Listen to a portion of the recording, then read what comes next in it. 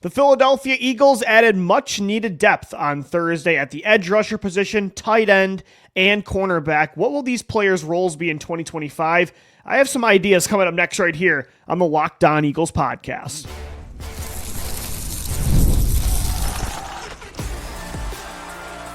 You are Locked On Eagles, your daily Philadelphia Eagles podcast, part of the Locked On Podcast Network, your team every day. We thank you so much for making Locked On Eagles your first listen each and every day. Welcome in, Eagles fans, to this Thursday edition of the show. I'm your host, Louie DiBiase. Whether you're listening in Philadelphia, Canada, Italy, Australia, across the globe, thanks so much for making us your first listen Monday through Friday. The Eagles were busy at work on Thursday. They made 3 separate UFA signings, 2 on defense and 1 on offense. They have signed edge rusher from the Kansas City Chiefs, Joshua Uche, New York Giants former cornerback Adoree Jackson, and former Raiders tight end Harrison Bryant. When you look at these 3 signings, when you look at the fact that they brought in A.J. Dillon from the Green Bay Packers yesterday to compete with Will Shipley as RB2 behind Saquon Barkley, when you look at the trade of Chauncey Gardner-Johnson for Kenyon Green of the Houston Texans, there is a common theme of what the Eagles are currently doing this offseason. If you notice a theme about all these players, one thing is they're all former early draft picks. Kenyon Green was a top 15 pick in the 2022 NFL draft. Joshua Uche was a second-round pick in the 2020 NFL draft. Adoree Jackson, a former day 1 pick. I believe that was 2018 or 2019 now. We're getting old. I can't believe Adoree Jackson's been in the league for as long as he has. He's going on 30 years old. And then, of course, Harrison Bryant, not an early draft pick, but he fits some other themes that I've noticed, the trends of these players. Another one is, and Bryant has to do with this as well, they're all very inexpensive. Like the Eagles are, I tweeted it out before the show, like Howie Roseman, can we go thrift shopping instead of Macklemore? Because that's the vibe right now. Howie knows he is spending a lot of money on top-tier contracts on offense. He is preparing to spend a lot on defense in the coming years with Jalen Carter, Nolan Smith, Quinyon Mitchell, Cooper DeJean, so on and so forth. Just paid Zach Bond. So he's going bargain bin hunting. And I kind of like that because right now when you look at free agency, it's not really a great pool. So I'd rather go cheap at some of these spots than overspend for a C plus B minus player. I'd rather spend little to no money on a C minus player who at least, like these guys are, have real talent that was worth a day 1 or day 2 pick, and they do have a high reward still type of upside. Even if it's not like a full-time starter, it's a low-risk, high-reward move where they could be a good starter or they could be a really solid role player and outplay the really cheap contract that they're on. So that's kind of what the Eagles are looking for, and Howie Roseman likes to do this. He likes to target players that were early draft picks that have talent that fell out of favor with their team for one reason or another, trust his coaches to get the most out of that player, like a Mekhi Becton last year. There's really no risk if these guys stink, and a lot of these guys have not been great over the last few years. Like Joshua Uche has not been good since 2022. Harrison Bryant has very little experience as a receiving tight end. You know, A.J. Dillon hasn't been good for a few years, but there is still like a high reward. Like, these guys have shown flashes at the NFL level, and they won't be asked to have huge roles. So if it doesn't work out, whatever, but these guys could be good enough to be role players, rotational guys. Joshua Uche did have in 2022, he did have 11 and a half sacks. He has 20 and a half sacks total through 4 years in the NFL. Again, 11 and a half was his career high in 2022 with the New England Patriots. 34 career quarterback hits. Like, I don't mind the idea of having Uche compete with Bryce Huff potentially as that 4th rotating edge rusher, a situational pass rusher on third downs to complement Nolan Smith, Jalix Hunt, and an early draft pick that I think they're going to make. I kind of like the idea, although Uche was a healthy scratch in the Super Bowl, as was Bryce Huff. It's 2 similar situations that you're doubling down on. It's like between these 2 guys, yeah, they have not been good. They're coming off career low seasons, but both have had double-digit sack seasons. Both were pretty solid high draft picks, and they have raw talent.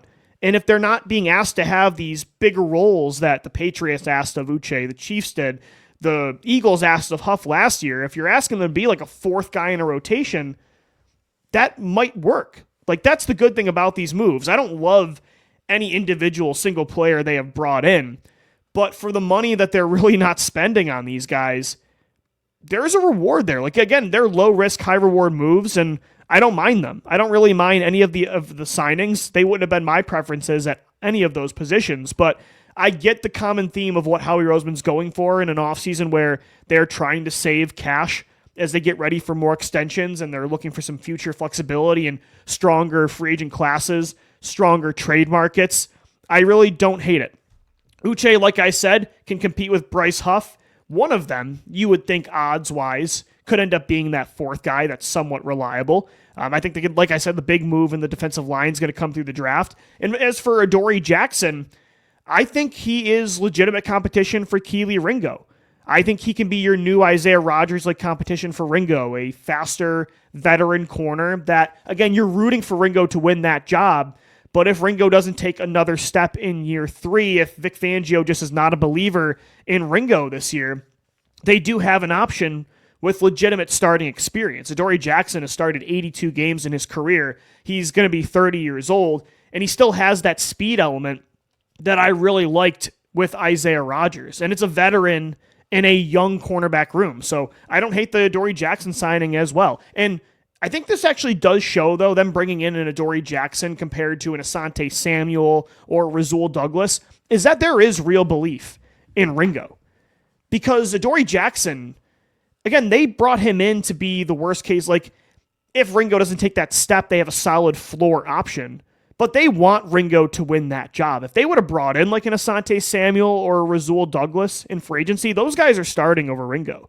Based on the money they would have gotten, that would have been your answer that they believe Ringo is more of a depth piece, a special teams player. Adoree Jackson, yes, he could legitimately beat out Ringo this summer and be the starter. Like, he had a bounce-back season in 2024.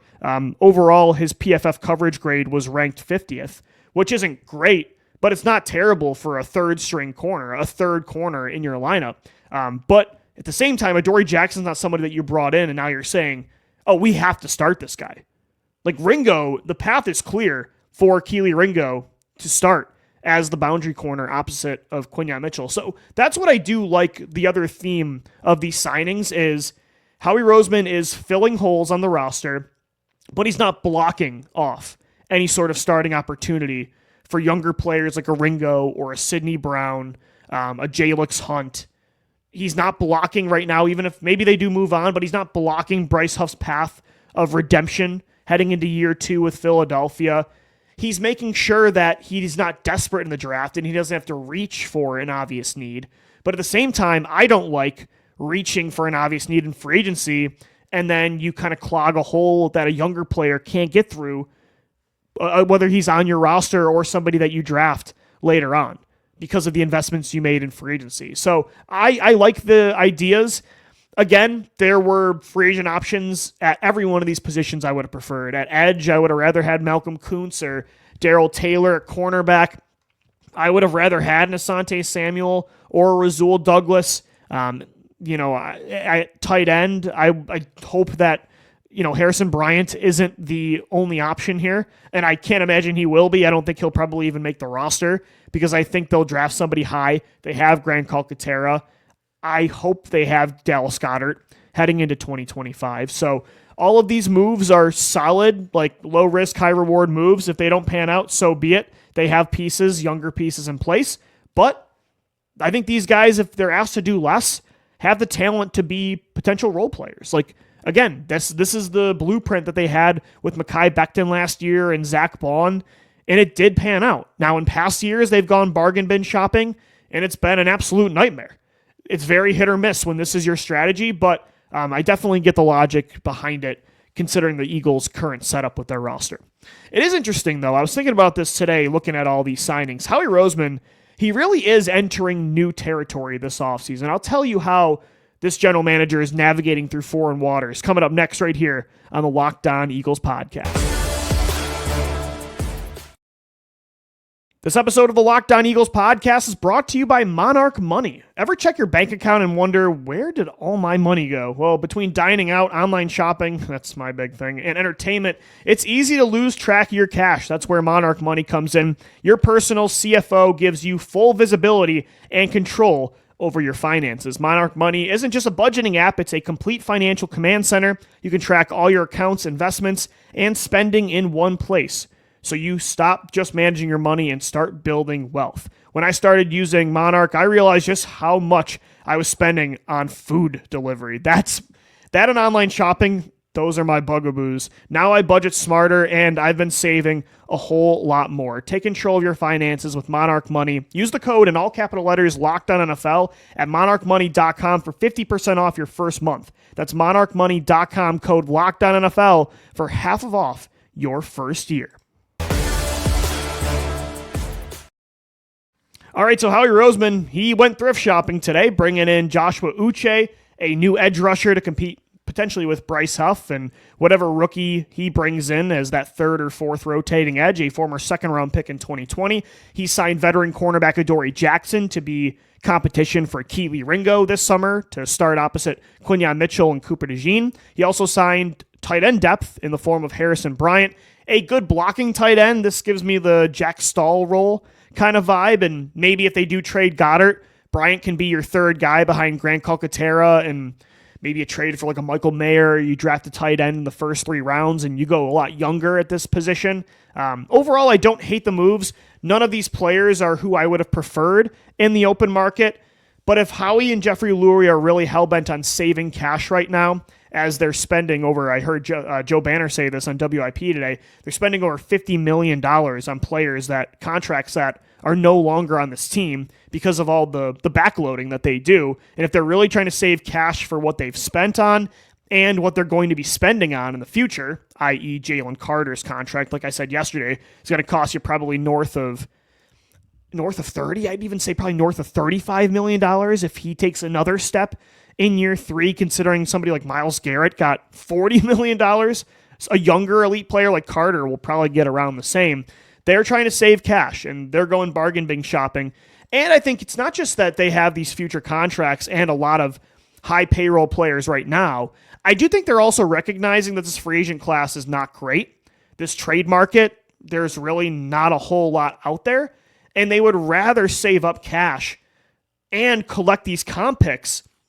They have 20 draft picks projected in the next 2 classes. They're trying to save up for better opportunities next offseason and the offseason after that. It really does feel like more of a maintenance offseason. And not that they're not trying to compete, because, again, they have a huge core locked up on offense and defense that still makes them, to me, the most complete roster in football. But I feel like they're more gearing up for future years. It's not just like saving up for taking care of in-house stuff, but I do think that they see better opportunities out there on the open market next year and the year after that. So it's really interesting to watch how every offseason Howie Roseman's approach is different. And I will say, like, these tough decisions he's had to make this year about letting guys go, who to keep from a Super Bowl core, who to let go, it's not new territory for him. I mean, we saw post-Super Bowl run 2018, post-Super Bowl run 2023. Like, he had to decide who to let go and who to bring back with a pretty good roster in place. Like, very tough decisions. Sometimes he made the wrong call about who to keep or who to let go, and other times he made the correct call. But this year, I will say, it is the first time he's had this many pieces locked up to long-term, top-tier contracts, and it makes these decisions even more difficult to navigate. It makes his flexibility a lot more stiff. And not just like the top-tier contracts that he's already paying. Like, you look at 2018, you look at after 2023, he didn't have an entire offense locked up with average salaries that are in the top 10 of that position. He didn't have multiple defensive players that he was getting ready to have reset the market at their position. Like, that's what's coming. That's what's already a reality for this team. He did not have that in those days. He didn't have guys that he hit on in the draft that he also wanted to pay within the next year or two. Those other years, he had a smaller elite core of players like Fletcher Cox and Brandon Graham and Lane Johnson and Jason Kelsey, But he didn't have, I mean, right now you have, I would say it's like what, 9 of 11 starters on offense that fit this bill of either getting paid elite money or going to be paid elite money. 9 of 11 guys. The only ones I wouldn't include there is whoever your right guard is and tight end Dallas Goedert. And then on defense, you have Jalen Carter, who's going to get that contract. Nolan Smith is going to get that contract. I think Quinyon Mitchell is going to get that contract. Cooper DeJean, likely, and again, they're only in year 2, but eventually, in under 5 years, you have 4 more players on defense that you also expect to give those kind of deals. Oh, and by the way, if Jordan Davis, just imagine he becomes a much more consistent pass rusher this year, his contract expires if you don't pick up that 5th-year option. Even if you do, you're going to want to sign JD to a contract as well. Even if he doesn't take that big step and he's still a really good run stopper, that's another contract you want to give out. So this is new territory where Howie Roseman is learning what it's like to navigate an offseason when he has a long-term elite core hitting their prime. And you have to start dishing out those contracts or at least start preparing for them. And it's really interesting to see his approach to it, his discipline. And again, they do have more money to spend, I think, than we're giving credit for. And they're trying to, again, save more cash this year than normal because I think it's a weaker market. But I do think it's kind of fun to watch Howie Roseman have a new challenge because this is not something I think he's really ever had to deal with. And it will be interesting to see like how this does pan out. If we go look back and say, man, he really messed up in 2025, that offseason, or if like we say, thank God he made those decisions. Josh Sweat doesn't look great in Arizona. Milton Williams looks overpaid, so on and so forth. Darius Slay looks shot in Pittsburgh, and maybe we'll say that he was making the right calls. Either way, I will give Howie Roseman some grace here. Although I've always criticized him for not being as good of a sustainer as he is a builder as a GM, I will say at the same time, it's really hard to sustain. Like, again, you can't keep everybody, as I said on the show yesterday. When you have to go with like cheaper bargain bin kind of signings, those players, there's a reason they're out there. There's a reason that really nobody wants to pay them any sort of guaranteed money. Like, it's kind of a throw it at the wall and see if it sticks, kind of like just, close your eyes and hope for the best. Like, there's little to no guarantees. So sometimes it's really panned out for them, like 2022 and 2024, 2017, but other years like 2021 and 2023, it really hasn't. 2020, it didn't work out those years. At times in 2018 and 2019. So it's a difficult time for Howie Roseman, but at the same time, it's a good problem to have. Like, these are all difficult situations that you have to maneuver through because you've built such a good team, because you've had such a long window of success and consistent championship contending, 3 Super Bowls in 8 years. Like, it's not like we shouldn't be upset that, oh man, like if they wouldn't have got the job done last year, it would have stung a little bit more. But if this is the price of winning a Super Bowl, that's fine. Like, I think we would all take that. And that's the thing too, is this, it's new that he has a long-term core locked up. But what's not new is their strategy about letting a lot of these guys go, letting B players go to prioritize A's, to prioritize A-plus players. Like, if you're looking at the guys that are leaving right now, they're not stars. Like, the Eagles aren't letting, it is a new approach this offseason, but it's not like they're suddenly turning into a cheap team that's letting star players go. These are players that outplayed their role and contract, but they're still B's. Like, they'll probably still look overpaid next year. Do we really think Milton Williams is going to look like a $26 million a year defensive tackle? Do we really think Josh Sweat's going to be worth like $19 to $20 million a year? I'm not so sure. So Howie has to hit on these types of players again and hope that they outplay the contract. But again, I think he has a much bigger core now that makes him less dependent on these signings he's making.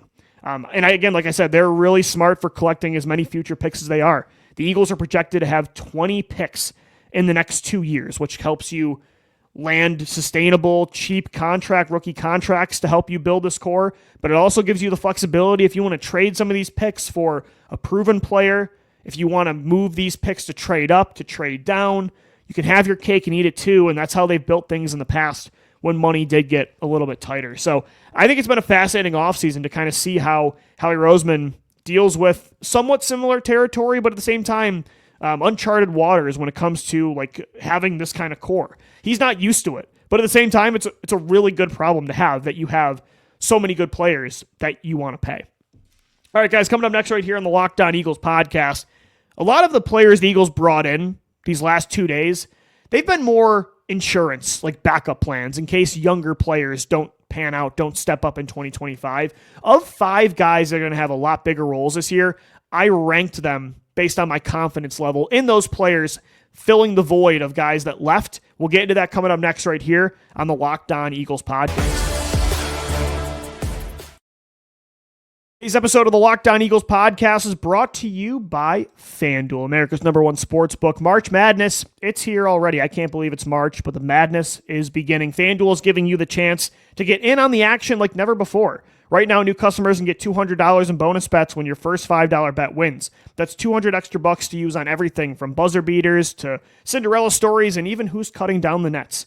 I've got my eye on a few underdogs this year I'm riding. FanDuel makes it easy to back them with spreads, totals, and game props. With tournament games happening almost every day, there's always something exciting to bet on. The FanDuel app is simple to use, and when you win, you get paid instantly, no waiting around. So visit FanDuel.com and get in on the college hoops action all tournament long.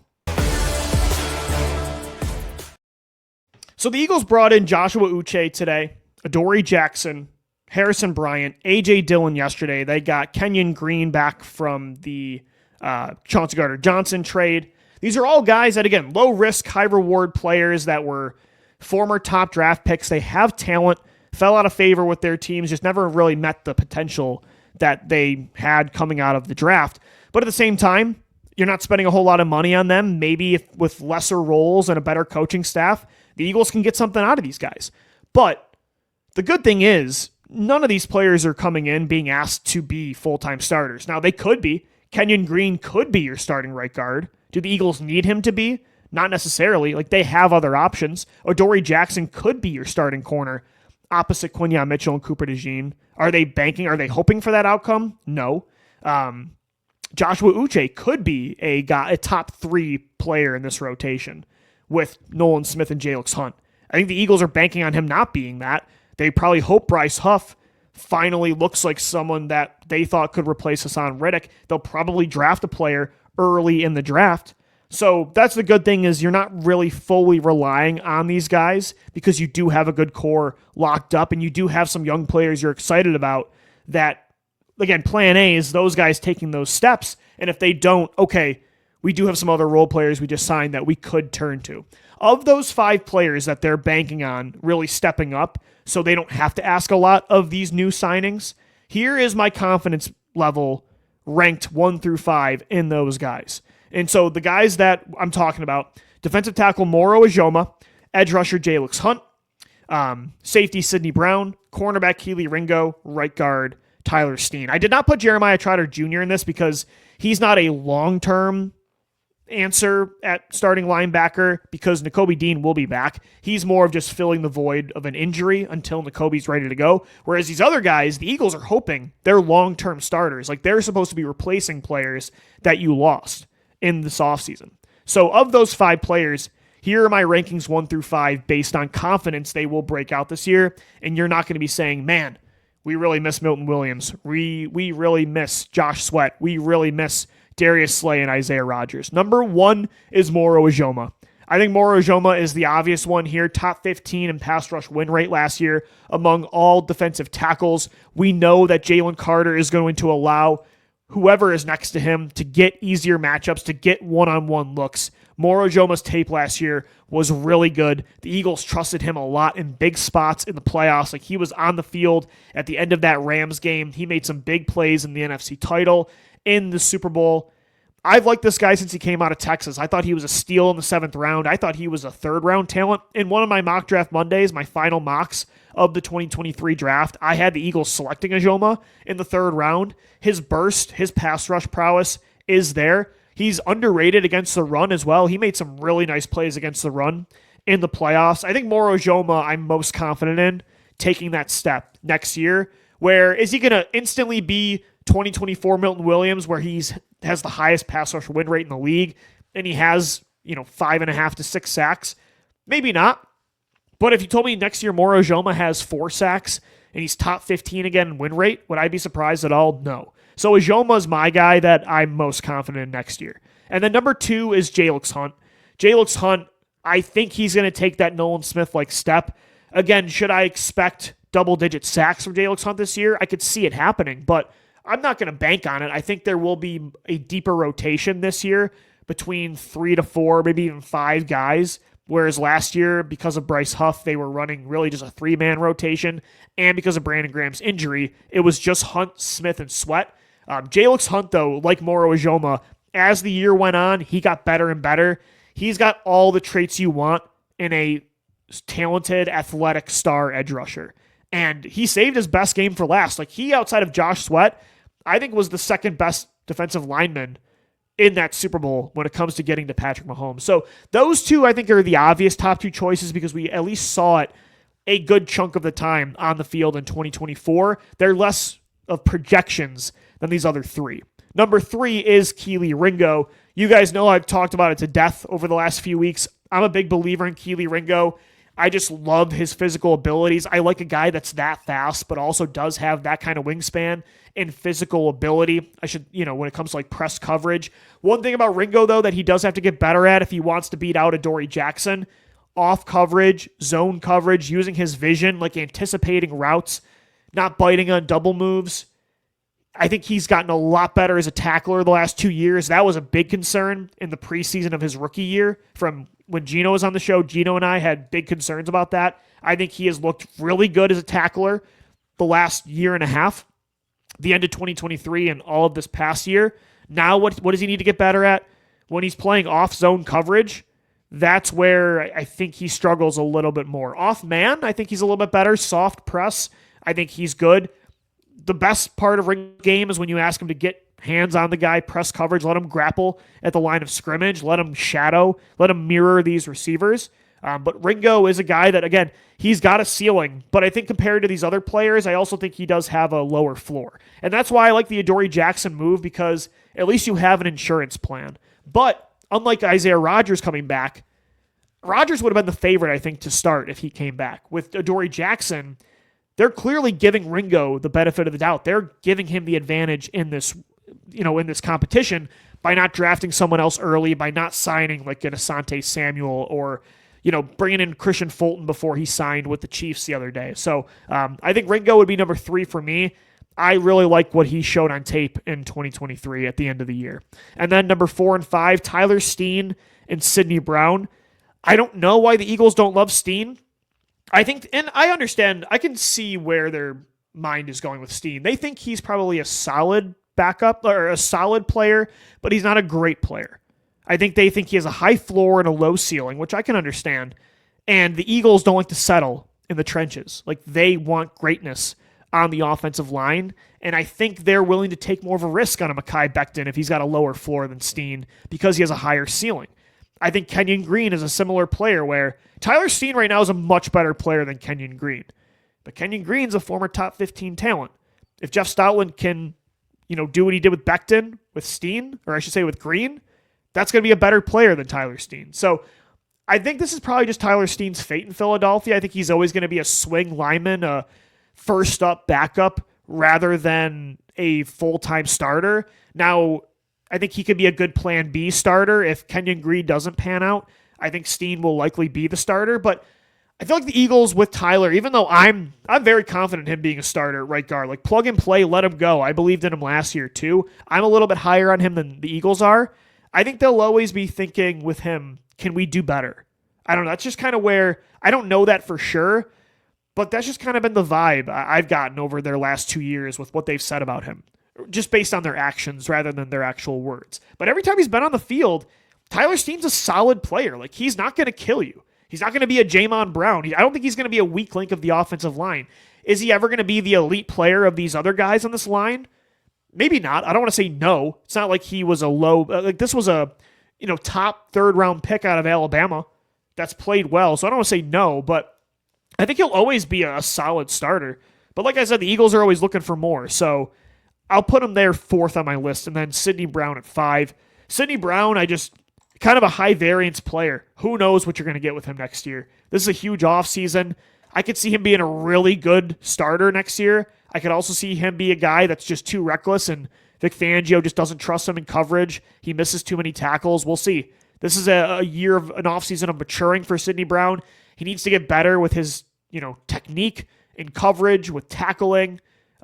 It's a huge year for Sidney Brown. It's make or break time. I'll put him at 5 just because he's a much higher variance player at his position than these other guys. So that would be my top 5 in confidence based on young players breaking out this year for the Eagles. Moro Ojoma number 1, Jalix Hunt number 2, Kelee Ringo at 3, Tyler Steen at 4, and Sidney Brown at 5. All right, guys, that's going to do it for today's edition of the Locked On Eagles podcast. Thanks so much for making us your first listen each and every day. Lou DiBiase signing off. As always, thanks so much for downloading, watching, and listening, and let's go Birds. Fly, Eagles, fly.